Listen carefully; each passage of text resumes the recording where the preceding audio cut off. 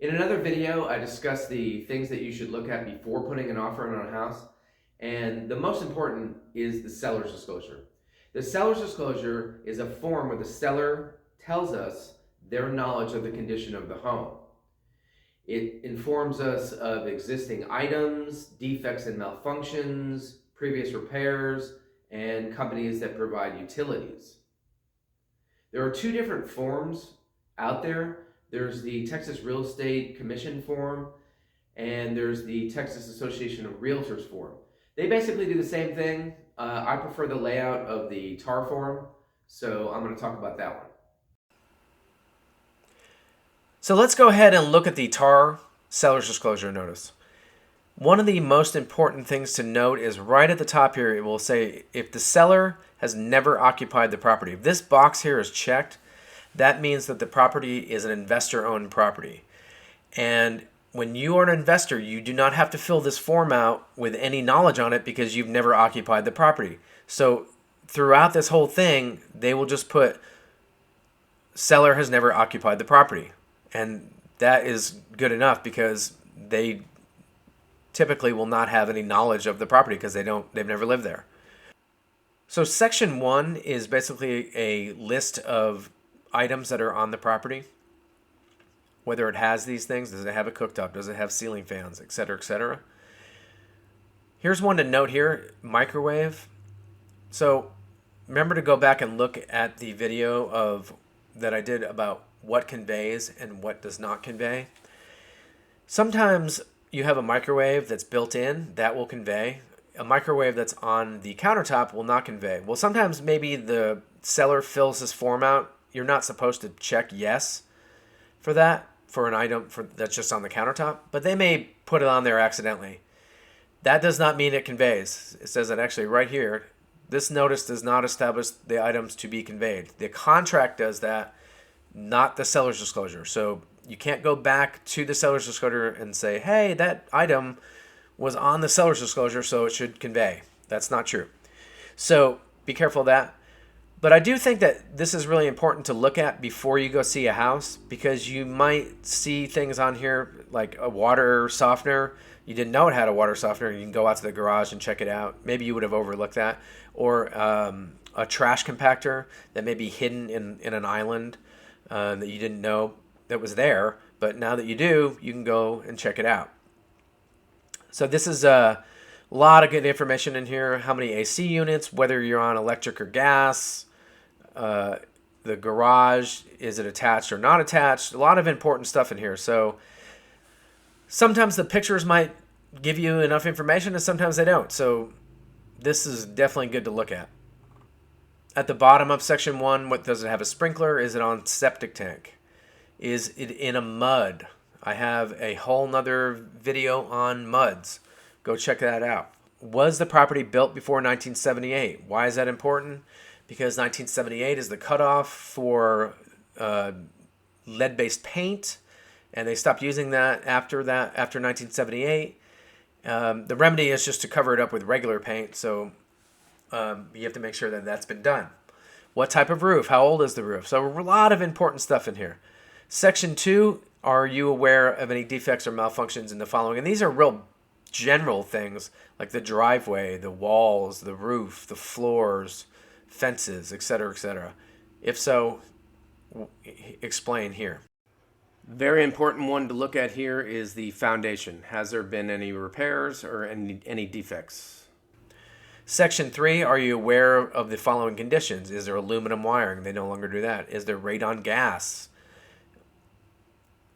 Is there a landfill on the property? Is there improper drainage? So these are pretty straightforward. The one I see a lot is diseased trees, whether it has oak wilt or not.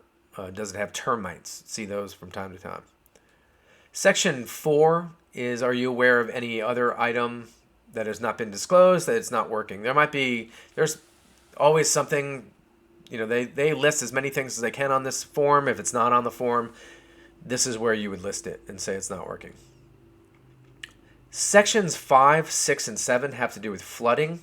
This one asks if you have current flood insurance, if you've ever had flooding, if you're in a flood plain, how is it zoned, etc., etc. Section 6 is, have you ever had a claim due to flood damage? Have you ever had assistance from FEMA or the SBA? Section 8 is a lot of different miscellaneous stuff. Do you have any rooms that were added without a permit? Is it in an HOA? How much is the HOA? Is it mandatory? Are there any unpaid fees? Is there common areas? Do you have deed restrictions? Any lawsuits pending? Was there a death? Except by natural causes, like basically, was there a murder? You have to disclose that. Any condition on the property which affects your health, et cetera, et cetera. You want to read through all of these. They're all important. Whether it's in a propane gas system. Section 9, real simple. Does it have a survey? You're going to need one to close. If it does not have a survey, you have to, on the contract, who's going to pay for that survey? In a seller's market, sometimes they may ask you to pay for it. It is typically bought by the seller. This is going to tell you whether there is one or not. Section 10, are there any other inspection reports that have been done lately?